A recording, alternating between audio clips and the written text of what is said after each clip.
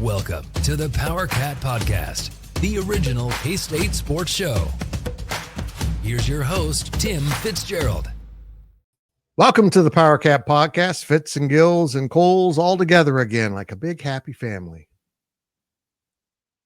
Not all families are happy this time of year. The holidays can be stressful, and our new sponsor, beer, will help you through it. That'd be great just to give like beer to sponsor you. Just, like the beer. Whoever holds the patent sponsors you. We can all take a drink of beer right now because K-State basketball isn't going so well. Gills, how was New York? We'll get into that in a second. I want to do the small talk show crap. Okay. Gills, how's your trip to New York? It was good. Not the outcome we wanted from Kansas State, but fun time in the Big Apple. It's a little different than the Little Apple that I'm used to. Not much. A few more hot dog vendors, basically the same traffic and skyline. Coles, how's the teaching of young minds going for you? And have you attempted to murder any students in your first semester at a new school? No, I haven't. But I'm on teacher TikTok, and I just came across an amazing TikTok edit of Judge Judy, and it was talking about my teaching style, and it was shut up. Did I ask? No, I didn't ask. Be quiet. Next question. And that's kind of how every teacher feels at this time of the year. So if you're a teacher, you're undoubtedly either saying, I'm going to kick back, put my feet up, or you're going to say, no, I'm going to get a little bit more stern. That's what I need to get with you guys. As we record this on, what day is it, guys? Tuesday? Wednesday night. Wednesday. Without football, I literally lose track of what day it is because I had something to do on every day of the week. And now it's just like one big blur of days, particularly now that basketball doesn't have any games for 10 days. As we gather here on Wednesday night to talk about this, Achor Achor has officially left the Kansas State basketball program. I addressed it on Wabash Station. Everything I do know at this point, I shared with our VIP customers. I will speak to it a little bit here because I do have some thoughts that I've shared on radio and those type of things, and I do want to share those. But this is going to be grotesque. But we're having a 50% off sale, so go ahead and subscribe if you want to read that. But seriously, we are having a sale. Runs for a little while now, 50% off an annual subscription. And as I said, I shared my thoughts on there. They wanted a VIP podcast, and I didn't respond to this. But if you're from the message board, I want you to know I just told you everything I know. I could speak it out loud, but I'll just read it off my post. So you guys have the latest, and I'll update that when possible. But I do want to point out that this sounds like a parting of the ways, good for both parties, and that's great window dressing. And I don't think it's that way. I think Achor Achor was unhappy with his role at Kansas State, and I think Kansas State was unhappy with his commitment to the program. I think this goes back to when he left to go home for a funeral and then missed his flight. It wasn't going home for the funeral that was a problem. He's missing his return flight or delaying his return flight, whatever the circumstances were there. I think that was the fulcrum of this tension that erupted into this. There was other stuff going on in the background with this whole team. But in this specific thing, I think that's what really set this in motion. I don't know what Achor Achor expected. If he expected more minutes, if he expected promised playing time, I don't know. I don't. But he's gone. And guys, I guess my lingering thought is this team is not playing well as a group. Maybe subtraction is addition. Not that it's all his fault, but sometimes I always use this analogy. Sometimes the recipe doesn't work, but if you remove a couple things, it's a lot better.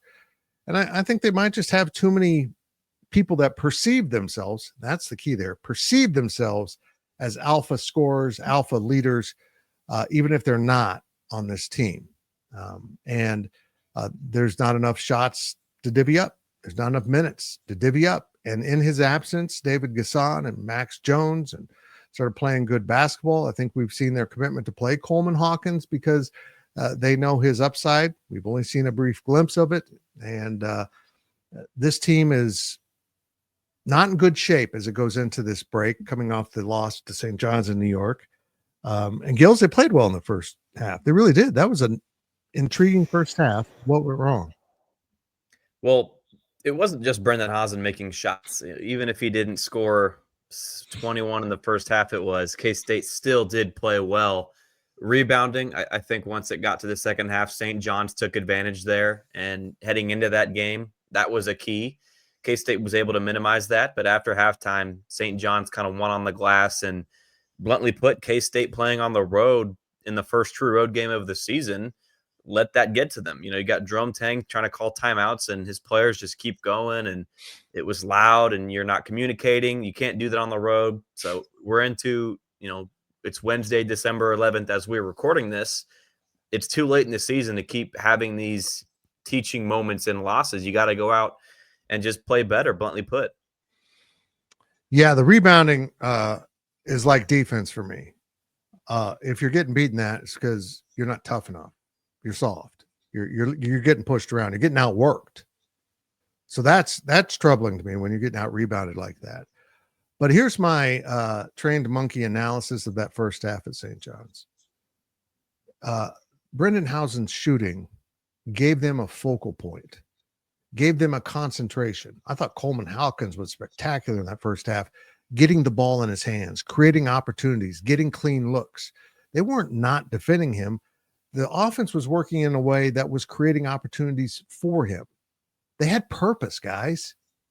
For one half, they had purpose, and when St. John's took that away, they had no purpose, and they just kind of unraveled.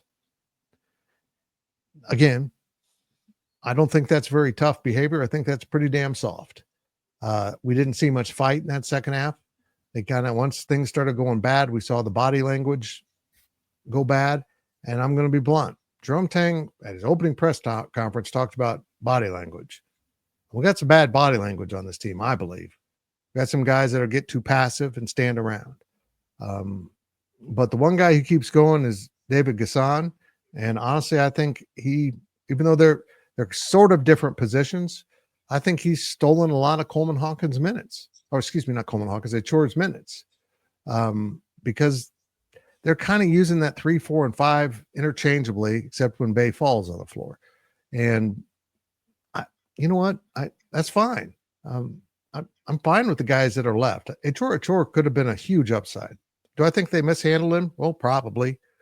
Do I think it was something related to the NIL? I don't think so. I think he was paid what he was promised and was going to get paid, but then he quit, and so he forfeits that money.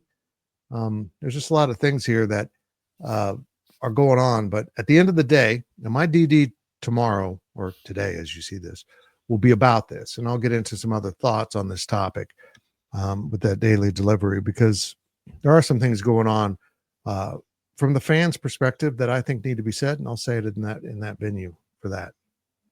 But this podcast was going to be this half basketball and the next half football. So let's get going with your questions from Wabash Station.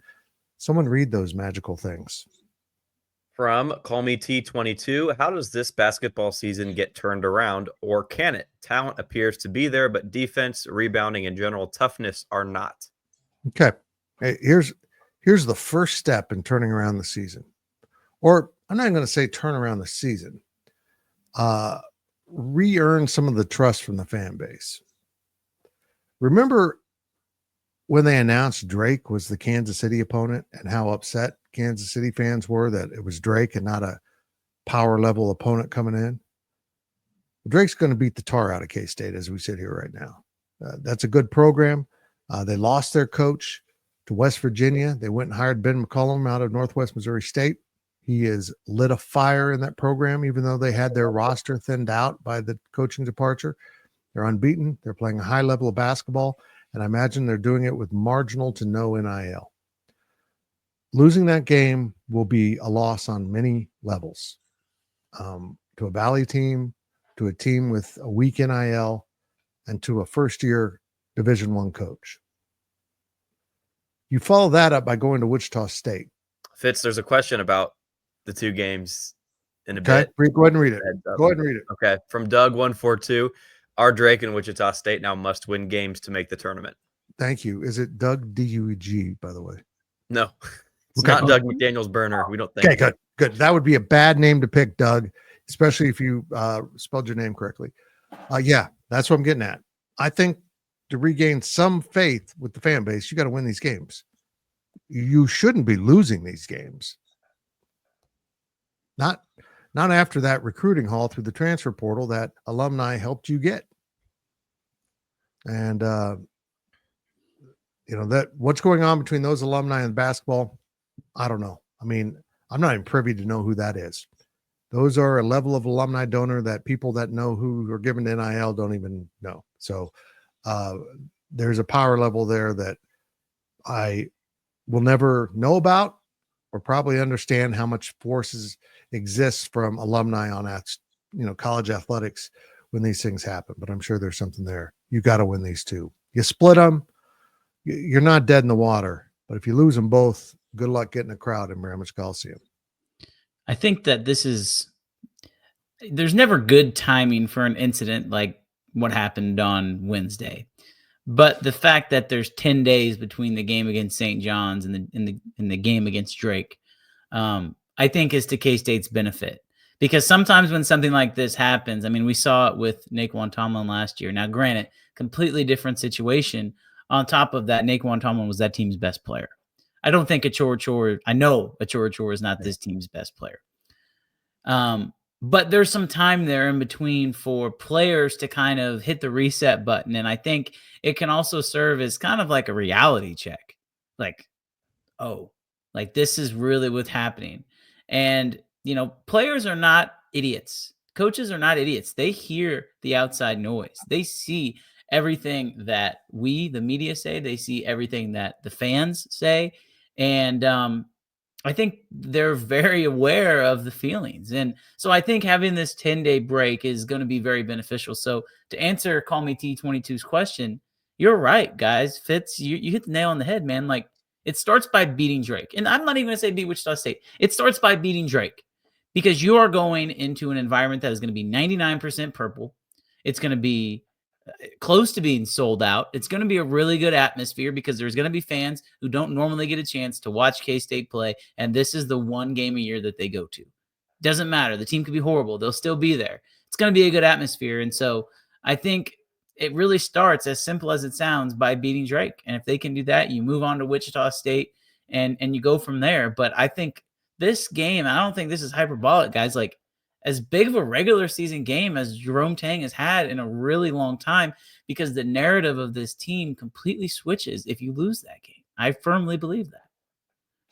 Agreed. In terms of the resume, either of these two games, no, not must wins, because you are going to have countless quadrant one opportunities coming up in that 20-game Big 12 grind. So you can make up the ground in terms of your resume, but trying to sort of jump on that moving train as Big 12 play hits, trying to figure things out against the best competition in America, I don't want to say that's impossible, but that's very hard to do. So you need to get your confidence, your momentum going as you head into that Big 12 slate so that you can win those games. If you lose the next two, sure, you can make up for it in terms of wins and losses, but trying to fix the mistakes, whatever's kind of going wrong with this team, whether that's rebounding or defense, whatever, Call Me T22 says in the question, if you can't figure that out over these next two games, it is very tough to figure it out if you're in Allen Fieldhouse, and even if it's not a hostile environment. We saw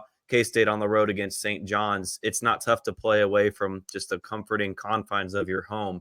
And so back to maybe just the first part of the question, I don't want to say effort has been the issue in every single one of K-State's losses or every single turnover or anything like that, but it's been talked about. You have to have every guy from top to bottom locked in and game out. And, I don't want to get into the Achor stuff, but if you're Tang, you can tell your guys, hey, we're not going to tolerate not being locked in. Again, I'm not implying one thing one way or another, but, you've got to have everybody giving it their all. And we've seen Doug McDaniel miss a game for what we think is being in the doghouse, right? You just can't have that happening. And this Achor thing, again, where's the truth? That's neither here nor there. You just have to have guys being locked in game in and a game out. And if you give it your all, you're going to have a good chance to win games. And so K-State can win. They've beaten St. John's through 20 minutes, right? We've seen the good out of this team. We've just haven't seen it much for a full 40 minutes. And can I add, guys, that I think this team is still really talented. Oh, I they don't are. think there's any questions about the talent.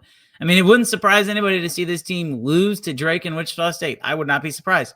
But I also wouldn't be surprised if they beat them both, just based on talent alone. And I think that's the biggest difference between this year's team and last year's team. Last year's team, it was pretty obvious that without Naquan Tomlin, it was going to be an uphill battle because of talent, because of depth.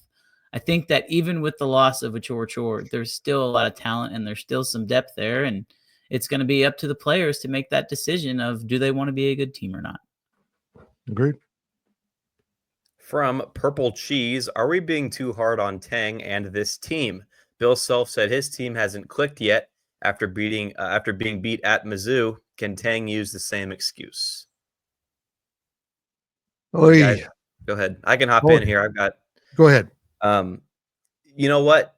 After what happened last year, and it was kind of, that was the fluke year. You lose Naquan Tomlin and all that. That can be your fluke year, even though during that season, the staff was saying you don't want to click early. You want to click late in March when it matters most. Well, that just never happened. It never came together. K-State never truly clicked at the end of the season and missed out on the big dance. And so what I believe doesn't necessarily matter. What's kind of the issue right now is the fan base and the uproar there with the struggles.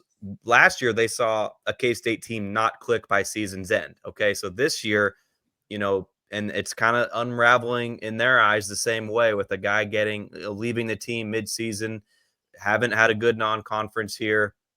And so regardless of what I think, guys, from the fan base perspective, it's tough to fully buy into that. Oh, we have to click in March, not now. Well, the message was that last year, and 23-24 team didn't deliver. So now I understand if a fan is reluctant to maybe buy into that. Now, what I think doesn't really matter. I don't have a strong opinion one way or another. I just understand the fan base frustration right now in that regard. Got to click well enough to get to the tournament. I mean, this team's nowhere near the NIT right now. 100 and something in the net ratings. So that's not going to get you close to the big dance. No. And you can try to search for reasons. I don't even remember the question at this point. But at the end of the day, this team's not playing well enough. They're not good enough. They got talent. People are worried they're not getting coached well enough. I've been critical of this team in the past, last year in particular, for horrendous fundamentals. This team seems to have it, but they don't seem to have other things basketball teams have, like a sense of rebounding, how to rebound, block out, how to do some things that you need to do. And I find it an ongoing frustration now that simple things that players that are talented enough to do it aren't doing it. It bugs the hell out of me. Players that are experienced enough to know to do it still aren't doing it. That bugs the hell out of me. So,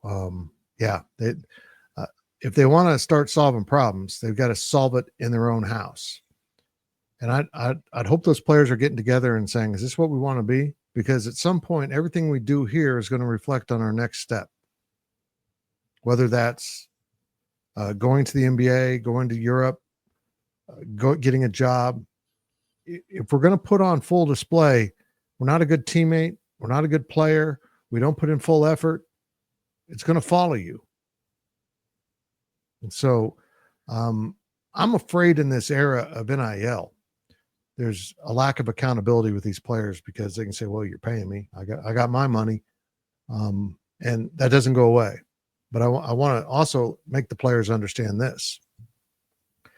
The second you decided that you're going to accept money for play, let's be honest here. This isn't always NIL. This isn't selling your name, image, or likeness. Nobody around here is buying a car because Ugana Onyenso said, buy this car. He has no roots here, no credibility here, and nor does he nationally to get that. This is money to play basketball. So I can't be more clear about this. If you want to be a professional, well, I'm going to treat you like one. And fans need to understand that you can't do that. They're college players. They're professionals. They are professionals, and all of you need to sack up and realize that. The game's changed, and if we're going to be upset about the impact of the NIL, we need to be honest about the impact the NIL is having on player performance, player getting along in the locker room, unity. There's a lot of I'm in this for me right now. And I think some coaches need to go study the programs that aren't having these problems and how are they escaping it, because there's a missing something right now with K-State basketball in particular. And I don't know if their problems are NIL related, but I find it hard to believe if you really have a guy getting paid what Coleman Hawkins is for the performance he's putting out, it'd be real hard for me to go out there and bust ass. I would. David Gassan's busting ass. I think Brendan Housen for the most part's busting ass, but I can see why kids would say, that guy's not even trying. He's getting paid blank amount of dollars. It would bug me. It bugs me that he's getting paid that and has put in one really good performance this year. One. Yeah. The question is, remind me again, Gilbert, but it's asking about people being too harsh on Tang, correct? Clicking. Is that an excuse waiting to click till later in the year? I think here's my thing with this. Like, again, kind of what Fitz is saying, guys, like as a coach, you can only do so much, right? Like you guys have all brought up amazing points. This team, they're not rebounding. They're not talking. They're not doing the basic things that you would expect players of this caliber to do. And I don't think that the on-court performance when situations like that happen is due to coaching. Does that make sense? Like they are putting them in the position to be successful for the most part. And they're not being successful. We've seen this team look really good. Again, I go back to the talent thing. It would be one thing if this was a bunch of guys who made a lot of money and who weren't very good. I refuse to believe that Coleman Hawkins isn't very good. I've seen him play at Illinois. I've seen him play in the NCAA tournament. Coleman Hawkins is a really good basketball player. Ugonna Onyenso, there's a reason the guy averaged 6 blocks a game and played at Kentucky. Doug McDaniel scored over 20 points a game at Michigan. Like, these are not bad basketball players. These are really talented basketball players. And so I don't think that it's the coaching staff's fault for them this season not clicking. For whatever reason, it just hasn't worked. Now, could you say last year was their fault because they didn't have a very talented roster? I could listen to that. But for the people that criticize Jerome Tang and this coaching staff for saying that Marquise Noel and Keontae Johnson earned Jerome Tang a $31 million contract, I don't buy into that for 1 second. I think that it's quite honestly ridiculous, because we've seen what this coaching staff can do, not just for the basketball program, but for the university, and how quickly people forget how Jerome Tang was trying to unite the entire fan base together. He wants what's best for this basketball program. He wants what's best for this university. Is it working right now? No, it's not. But I also believe that he is the first one to tell you that it's not working. He might not say it publicly, but let's not act like the guy doesn't want to get it fixed. And I know fans are going to get mad at me for saying that, but like I still think that there is an outside possibility that they can get this thing turned around. Is it likely? Maybe not. But can they do it because of the talent on the team? I would say yes. Let me cover a couple things here. First of all, I wouldn't even say it's an outside possibility. I think these players and coaches have it in them to improve this team. And I think when it comes, it'll be obvious if it comes. Nobody here is giving the coaches a free pass. This team is of their selection. Yep. Clearly. But I'm also not going to just pass off Marquise Noel being a player that he inherited. He was never going to be the player he became under Jerome Tang, under Bruce Weber. Mm-hmm. He just wasn't. He would never have been allowed to do the things that he thrived doing at Kansas State under Bruce Weber. How many times did Coach Weber yell at him to slow down, to stop running? And that's his game, get in the open court and pass the ball. How they saw him in practice and didn't play him at point guard full time is beyond my understanding.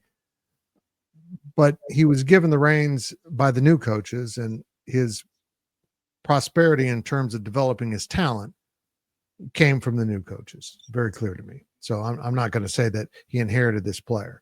And again, I come back to this. What do you remember the most about that first team? You remember how well those two dudes, Noel and Johnson, worked together. Once again, they had purpose on possessions. They knew we've got a big possession. We got this. And I feel way too often this team goes down the court with no idea what they want to do. And it puts a different spin on last year, what was going on when Tyler Perry seemed to take every shot, because that was all he had to do. That was his option. You got to go down and score, because I don't see an offense being run. Whatever they're doing on offense, stop trying to do that. It freaking doesn't work. It's not working. Find something new. The coaches have got to coach better. The players got to play better. And I'm not going to say the fans got to fan better, because they've been fanning incredibly well. Yeah, I agree with that. This is a relationship. One side isn't going to give all the time if the other side isn't returning the favor. Fitz and Cole, I apologize. My Wi-Fi cut out for a sec, so I don't know if this is something you touched on or not, Fitz, but I agree 100%. Noel and Johnson worked so well around each other, but guys like Desi Sills that could come in and give you that spark, that energy, top to bottom. Ish Masood's hitting clutch shots in March Madness. It was just such a group that blended so well together. And was that to K-State staff's credit for the way that they kind of gelled them together throughout the offseason and season, or do they just kind of naturally fit? I don't know, but that's what you need to see from this team, that sort of just connectedness, right?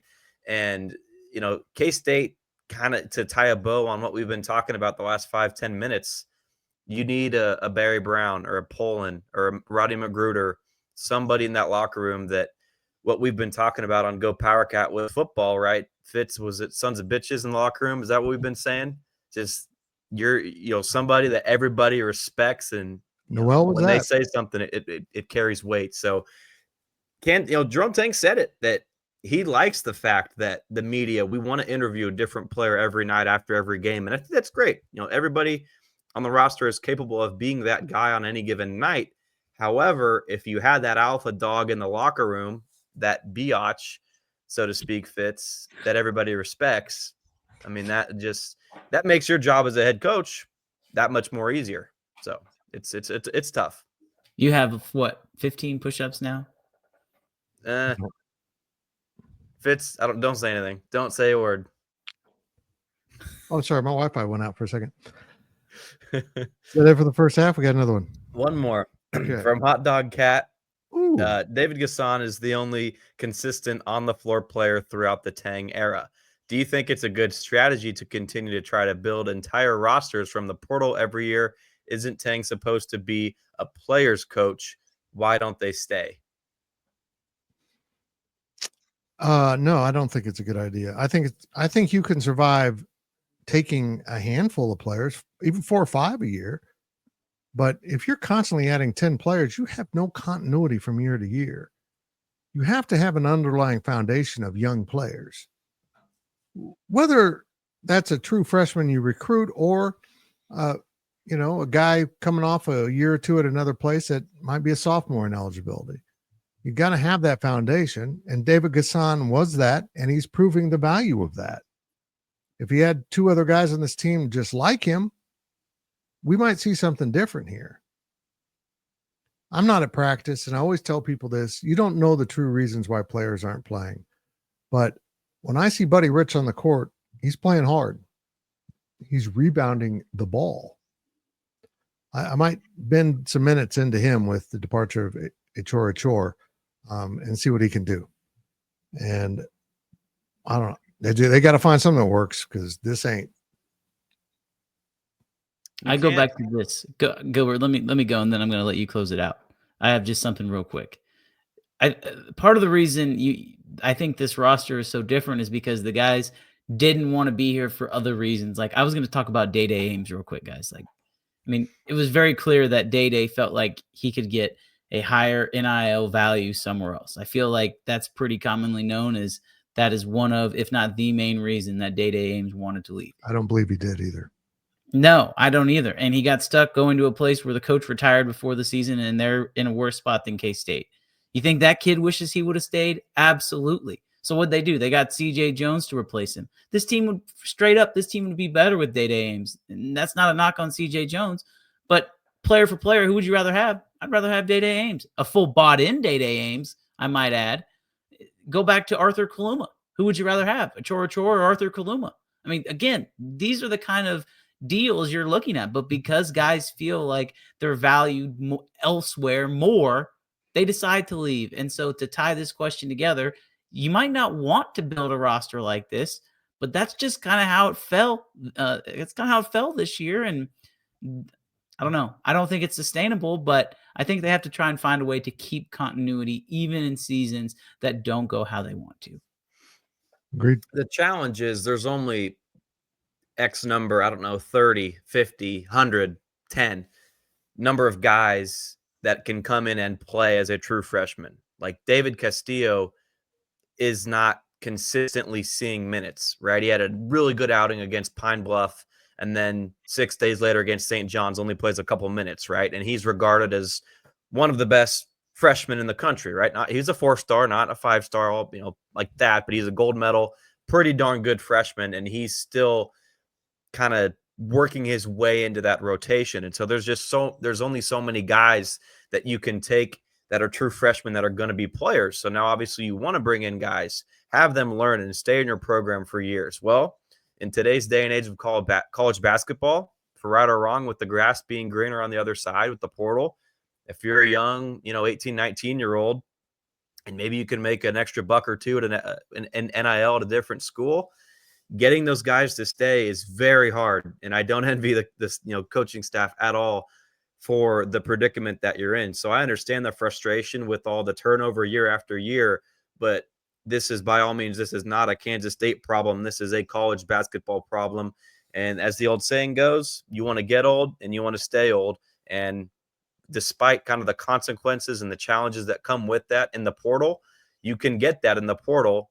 And then it's on your coaching staff and your players to gel together and find the best, kind of the best that you can. I think a missing ingredient to that phrase, which I agree with, by the way, is you need players to get old with you. Yeah. Players that leave for their senior year or their junior year, what are they looking for? I mean, what's the true motive here? Is it just money? Is it playing time? I know why Hassan left. Who has it? Hassan? Hassan. I thought you told me it was Hausen. Hassan. Right. And then Achor. You really love emphasizing the A on Achor. I love that. There's an A in Achor. Achor. Achor. You see? Achor. Oh, damn it. Anyways. I don't even know what I was going to say. I can't remember. Well, so the problem also is if you are getting a guy who is a 4th year or 5th year guy, not that I'm picking on anyone in specific with K-State, but you got to remember they left for a reason too. Now, good reasons, bad reasons, there's many, but you got to remember that on the flip side as well. This is my man metaphor, fellas. Every beautiful woman had a man break up with them at one time. Just remember that. They're not out there for just any reason. They're going to settle on you. That's it for the first half of the Powercat podcast. Thank you. We'll be back with thoughts on football. That's right. We're going to talk some football, K-State and Rutgers in the Rate Bowl. I like that better than Guaranteed Rate Bowl, but you better, speaking of putting emphasis on letters, you better say the Rate Bowl. We'll be back. This is a short break for our podcast listening folks. There probably won't be a YouTube ad in here. I don't know why. I just run the monkey show here. We'll be right back after these messages from our sponsors. Welcome back to the show. Let's head back to the studio. It still gets clipped, and I never remember to fix it, Cole. Welcome back to the Powercat Podcast. Fitz and Gills and Coles right here. All collected together. I got 2 dogs. Oh, one of the dogs snuck off. One dog. Dude heard me sneeze and left. He did his whole thing and then left. He's in the transfer portal for dogs, I bet. Upstairs right now, texting his agent. I'm not getting enough bones, man. I need some more bones. Let's move on to football with the questions from Wild Bass Station. Oh, yeah, and thanks to our new sponsor, beer. Drink some. You'll feel better, K-State fans. Here's Ryan Gilbert. From Snarecat 3, who will benefit most from the additional practices and playing time associated with the bowl game? Probably players we won't see play. Honestly. I mean, that's what's the beauty of it is your frontline guys get a lot of rest. And that's kind of why sometimes bowl games are disjointed because honestly, it's going to look like K-State coming off a week off when the starters got the week down and didn't do much. But it's a great time to work on your young guys and get them better. And as Chris Kleiman said, it's a free game too. If they've already played 4 games, it doesn't matter. This doesn't impact their eligibility one bit. Everyone gets to play now. And so that's really where the interest is. And I do want to point out that while we started to record this, we received an update from the transfer portal from our own Ryan Walsway forwarded someone else's tweet. KC Concepcion has pared his list down to 6 schools: Alabama, Colorado, Florida State, Miami, South Carolina, Texas A&M. Kansas State's out. And I'm sure that's NIL driven. Honestly, this is the whole other thing going on with the basketball football thing. Basketball has one of the top 10 NILs in college basketball in terms of amount of money. Top 5, according to some people. Right. I wanted to be cautious because not everyone knows all the numbers. I mean, there's probably some private schools out there doing some stuff that, who knows. Football, I don't even know where they rank in the Big 12, but they're nowhere competing with a lot of the programs I just listed. I'm sure Florida State and Miami are well funded by those backers. South Carolina, Texas A&M, Alabama, and the SEC, I guarantee you their NILs are double, triple, maybe quadruple if you're Alabama of Kansas State. And Colorado brings its own enticing things to the table, and I understand why kids would want to go play for Coach Prime because he's proven this. If you're a dude, a real dude, he will feature you and get you noticed nationally. So that may not be as NIL driven. Why Colorado doesn't have a better NIL in football, I don't know. Coach, I'm not one to tell you what to do because you're a smart man, but maybe you just don't give out that sideline access. Maybe you have an NIL donation being prerequisite. If you're going to be there getting your face out there, folks, chip into the kitty a little bit and improve that team. Get that money in that NIL up. But that's Colorado. That's their problem. But apparently, Mr. Concepcion, his little brother's coming here, and he's going elsewhere. So I was literally going to answer this question, guys, and start by saying I'm so happy we don't have to talk about the transfer portal. So the fact that you brought that up, Fitz, it hurt my heart. I'm just gonna say it. It hurt my heart. But yes, to talk about that, is there a question about the portal, Gilbert? Anything? Okay. Nope. Okay. Head shaking for the podcast, folks. That is a head shaking. Yeah. No, sir. Yeah. So I good. Honestly, I think that as far as this question goes, who benefits the most? My answer might surprise you guys. Actually, I'm actually going to say Avery Johnson. I think that the time he had in bowl prep last year really, really helped prepare him to be the starter in his first, featured game as quarterback, if you will. And so I think that opportunity to continue to develop relationships with his pass catchers, because guys, you start to look at the roster and you're like, well, the guys who are coming back seem to be a lot of skill guys. And, we've heard some rumors. It seems like guys that we thought might leave might end up staying. Who knows? We've got a lot of time up until that point, but there's a pretty good chance that every single receiver that catches a ball in the Rate Bowl may actually be back next year. And, we'll have to wait and see when it comes to that. But I feel pretty confident that this time is going to really help Avery Johnson. And so I'll say the offense. What does it benefit the most? I'm going to say the offense because I think it helps Connor Riley's offense a lot. Let's keep in mind that the portal stays open for a period here. Mm-hmm. A lot of people rush to get in. And there might be some wisdom in waiting. And I believe it'll still be open after the game. That's important to know, right, Gills? You think that's right? I think it closes the 18th, if I believe. Does it really? I thought it went longer than that. Mm-hmm. But I'm intrigued by the number of receivers they are offering in the portal, because we're seeing that action quite a bit. And I think they know that they need to get more dynamic there. I think retaining Jace Brown, settling him down, getting him more, I don't know, smoothing out whatever was going on was important. He's a good friend of Avery's, and so I think that played a level in this. And there's a possibility that because Chris Kleiman likes to use his NIL internally, turn it inwards. And if he's going to use it on high school kids, it's going to be the Avery Johnsons or the Lincoln Cures or like a Wesley Fair. So kids that are getting recruited that have more value to you to be on your roster than just some kid from outside the state of equal or similar talent.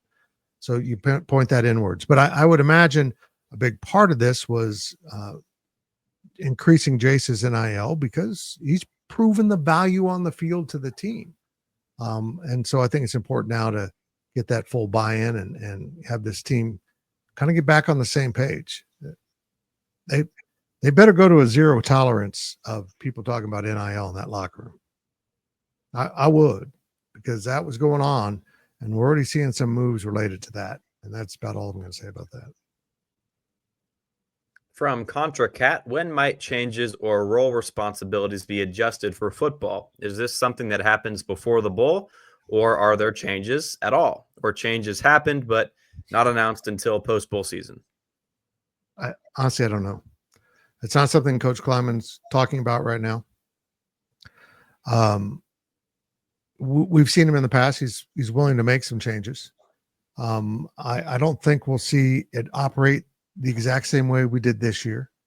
You could make the argument that the offense was better when Connor Riley came to the field, but I'm not sure that's quite where we thought it was after one game. But whether it's just adjusting how Connor Riley calls the plays, how they prepare the game plan, or who actually calls a play on game day despite titles, at this point, I don't know. But I'm going to be honest. I trust Chris Kleiman to get it right. Right now, his entire focus is on managing this NIL catastrophe that has been dumped in the laps of coaches by the NCAA without guidance or anything. And the level of crap going on right now because of NIL, from players having drama to parents now demanding more playing time for their children because of NIL, parents telling kids how to play, not what the coaches want you to do, but here's what you need to do to get, to be safe, make money, whatever the context is. This is a whole new world. It's going to burn out coaches at a quick rate. And I think he's entirely focused on roster management issues right now because they're not even into bowl prep. They're into finals and all that stuff going on. And then they'll move more strongly into bowl prep. The only way to successfully navigate this world of college football, the ever-changing landscape, it's incredibly dynamic. I think there's really only one solution, guys, and that's to hire a 72-year-old head coach who used to win Super Bowls with Tom Brady to your staff. I think that's the only solution. If you can't do that, then you're just going to die. I mean, it's pretty simple. Can you imagine Charlie Weiss in this NIL era? No, I can't. I cannot believe. We're seeing the conference kind of recycle some coaches right now. And I'm like, I'd hire someone young in this atmosphere, but that's just me. So here's my take on this whole thing too, guys. Like, do you want your quarterback to have a third offensive coordinator in 3 years? Or do you want to roll the dice and trust your staff? Because we've seen how good of a position coach Connor Riley is. We've seen how good Matt Wells can be. I think Avery Johnson improved his throwing as the season went on. You go back and you look at the last game of the season, that deep ball to Jace Brown. I don't know if he makes that throw in the beginning part of the year. Did he have his flaws? Absolutely. But statistically speaking, I mean, Avery Johnson increased his production all across the board through the air with Matt Wells. And so do you trust your coaches, or do you want to go and have a third different offensive coordinator in 3 years? I think I know the answer to that question. And I think I know what those guys in the locker room want. They want to be better on offense. And again, I really don't think this is a scheme thing. If we're complaining about play calling, guys, that can be changed. That can be fixed. Does it need to be reimagined a little bit? Sure. But again, I'm with you, Fitz. I think that this staff can get it right. They'll figure out, they'll get it better. But again, look, people are hard on offensive coordinators. A lot of A&M fans want Colin Klein fired. Yeah. You guys want him back. So, I mean, I think that storyline alone says a lot about the life of an offensive coordinator. But I'll guarantee you this, Connor Riley isn't happy with how things went. But if you look at the raw stats of this offense, it was productive. What they didn't do was pick up first downs, and they had some of the worst timed turnovers and mistakes you could ever have, whether it's going into the end zone or next to your own end zone. Either way, they had really bad mistakes. And I think we know they're going to work on that. But I'm going to work on some ideas for another daily delivery on the things I need to see. I want to see Avery improve on, because I sincerely like this kid. I think he's got a world of talent. I just think he's getting pulled in some different directions, and I'm gonna put my pulling out there. Not that it means a damn thing, but I think Avery's a player that can make those around him lift up their effort, their performance, but also, again, with the NIL lurking, when the guy getting paid the most plays like crap, it's got to have a deterrent effect on the performance of other players. It's human nature, I think, particularly when they don't think of themselves as professionals, even though they are. They haven't taken on the mindset of maybe of an NFL player, that this is a contract to which I agreed, and this is the performance I need to put out there. They're expecting 100% from me. I got to do that. That's what a professional does. I chose this contract. I accepted this contract. This was my worth. Now my job is to go fulfill that contract and prove my worth is higher than what the contract was and get a new one. That's professionals. That's how they handle it. And they don't sit around and bitch and complain and worry about the performance of other players. I'm sure it happens in the NFL locker rooms, but I'm sure it's shut down pretty damn quick by veterans. Next question from Doug142. Based on how the Big 12 has become a running back heavy conference, is it time to move away from the 3-3-5 as a base defense? This is a great question. I think this is something they need to look at. They did it this year. Keep in mind, they had some 4-man fronts. They did it with a third D end, a kind of a heavier D end.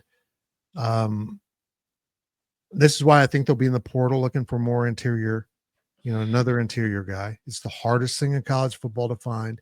You can talk about recruiting rankings all you want. Kansas State has a quarterback that everyone wanted. Kansas State has other players people wanted. Kansas State has players that now perform at a level that they would want. What you can't get are the NFL-ready defensive tackles. Yeah. There are not enough of them. They're impossible to find. And if you do find one coming down the ranks, it's because they're not performing.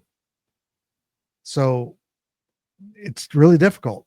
That's been a big reason why so many programs have gone to the 3-man front. They can find the light guys that can run around and hit and play. But as football goes through these cycles, and I loved how Coach Snyder always talked about it. He'd been around the game a long time. He's seen the cycles. We're cycling back towards running games.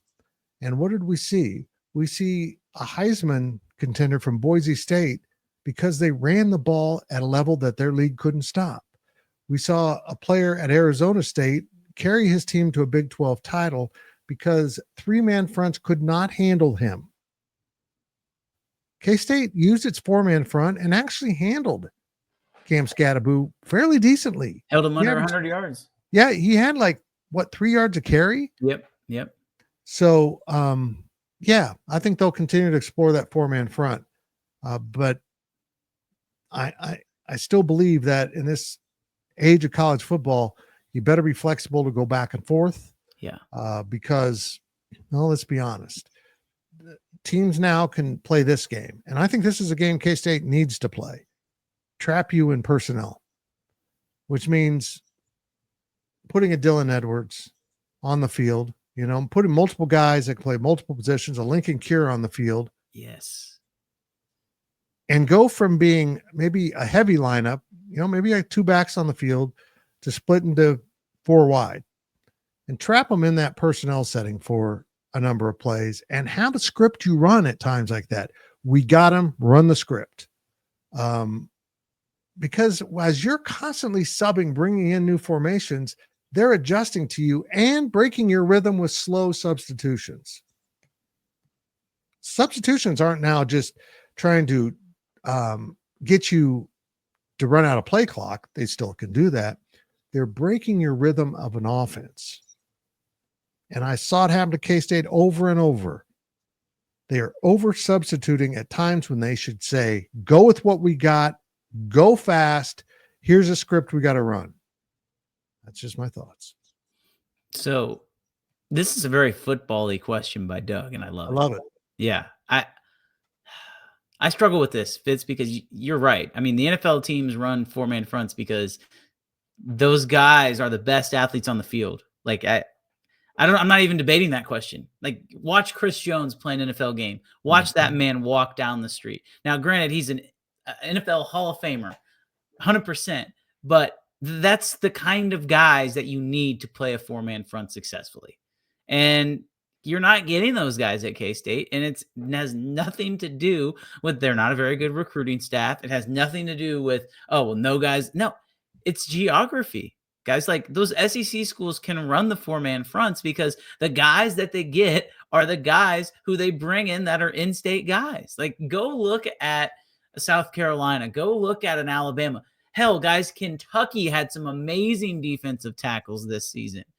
Now, they weren't worth a damn as a team, but they had some really kick-ass defensive tackles. And again, it goes back to if you can get them, then you can run it. But it's like we talk about with the offense. You got to play to your personnel. And right now, unless K-State's able to magically land guys who are 6'4", 285 pounds, who run a 4.7, you can't run the 4-man front. You just can't. Can you mix it in? Absolutely. But I think that the 3-3-5 has really worked for K-State. And let's be honest, guys, the reason why the defense had struggles this year had nothing to do with the front 7. It had everything to do with the secondary. So I don't see any reason why K-State needs to go away from this multiple front that they have, because I think they're pretty dang good at it. Yeah, I agree. I want to add this. Brendan Mott's been an incredible college football player. He doesn't stand a chance in hell of playing defensive end in the league. That when you run a 3-man front in the league, you're basically playing with 3 defensive tackles. Mm-hmm. And then your outside linebackers are your D ends. And he might be too small to play that. So that's just the difference. Felix, Andy Dickey Uzama, needs to get more weight on. I was really surprised the Chiefs picked him in the first round because of his weight. And maybe they saw how much he'd been able to put on and thought, we can get this on him. As soon as he gets bigger, he's going to be fine. He's just a little overmatched. But yeah, you got to play with what you can get. So I understand why they went to the 3-man front. And I think they actually did a really good job with bending that personnel into a 4-man front. But as Cole said, the breakdowns were in the back. Mm-hmm. And why safeties can't do their damn job on a consistent basis is beyond me to understand. I don't get it. Last question from Purple Cheese: buy, sell, or hold K-State football stock after the 2024 season? I'm still buying, man. Yeah.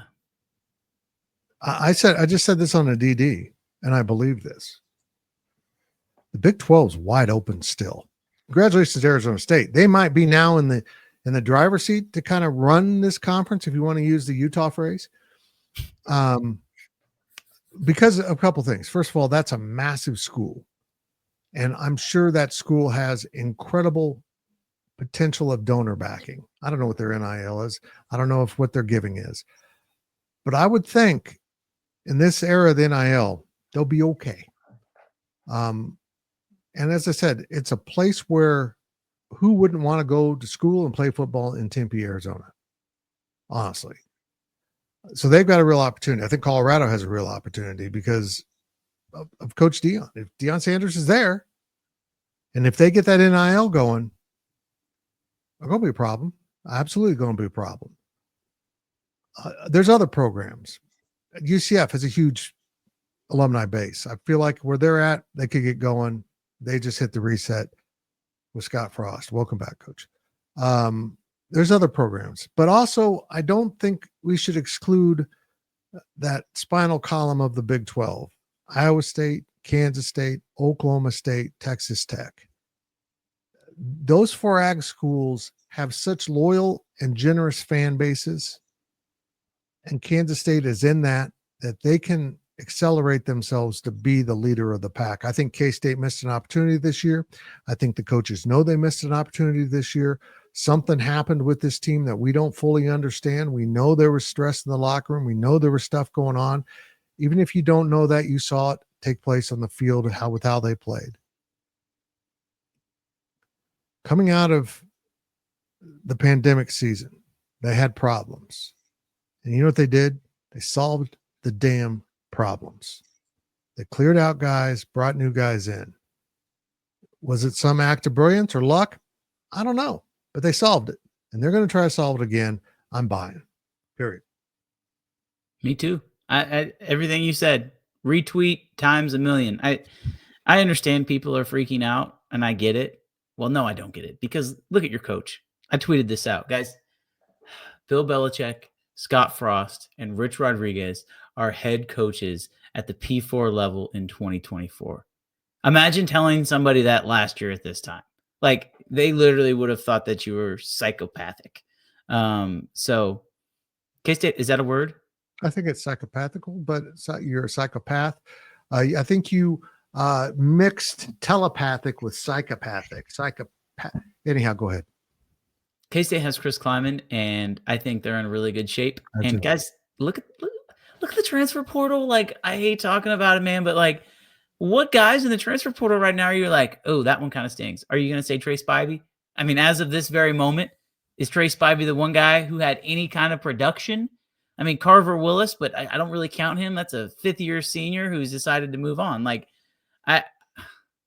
K-State is in good shape. They're returning their quarterback. They're returning their head coach. Anytime you have a solid quarterback and a solid head coach, you should be trending up. And so for that reason alone, I'm going to buy.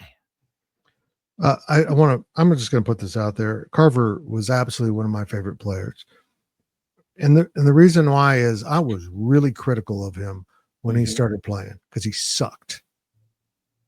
You know what he told me? You were right.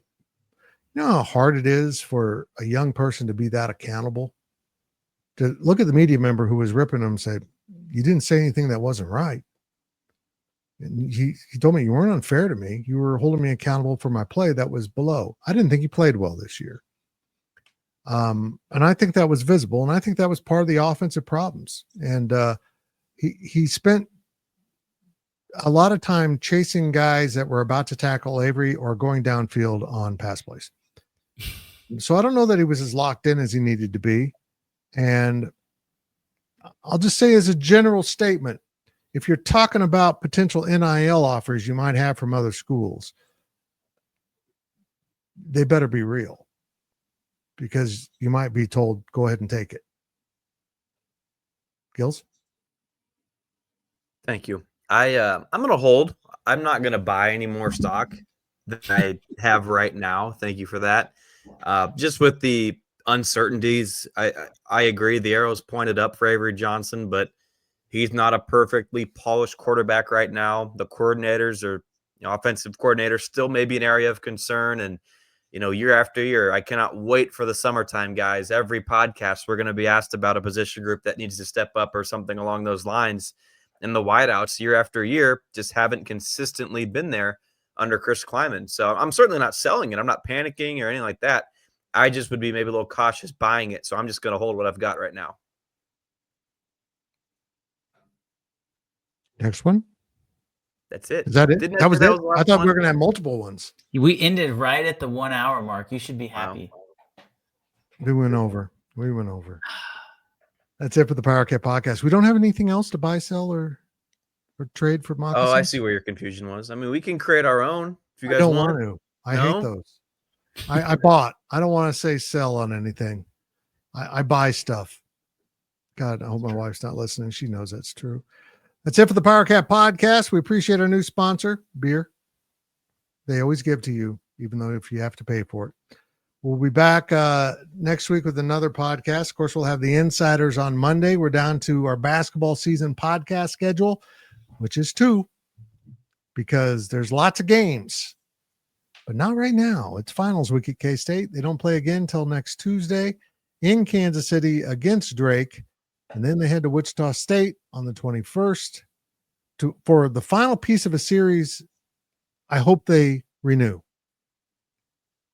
And I don't want to hear that Wichita State has more to gain from this than Kansas State, because right now Kansas State has plenty to gain by beating Wichita State. Sad, but true.